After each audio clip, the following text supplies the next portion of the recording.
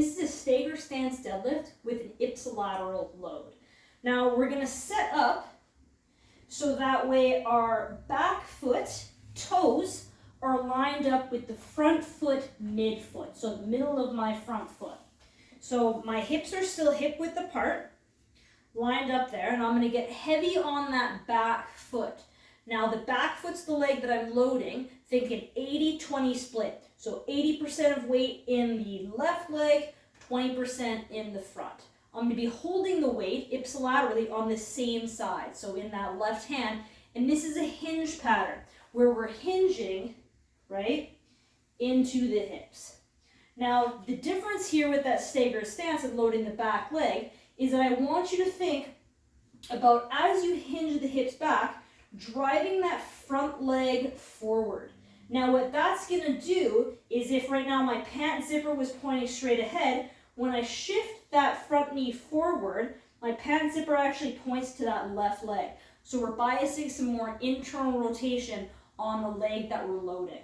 So it's going to look like this, holding the weight in that same side, right? Big toes or front of the toes lined up with midfoot, weight in that same side. I'm going to initiate the hinge by moving at the hips and making sure that that right knee stays forward as I load into that back leg, push through the left leg, come back up.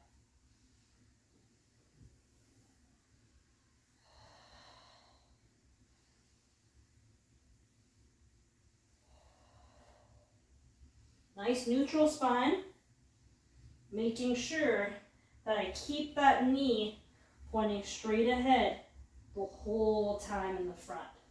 So the most common mistake with this drill is that people will forget about driving that right knee forward, and they'll just hinge back and that knee comes back now, and now my pelvis is just pointing straight ahead, as opposed to getting that orientation where we're biasing more internal rotation. Make sure when you're holding that weight that that shoulder stays packed as well when we're holding anything in one arm, and that we don't lose that tension through that shoulder. Nice neutral spine. Make sure that both feet are connected the entire time to the ground.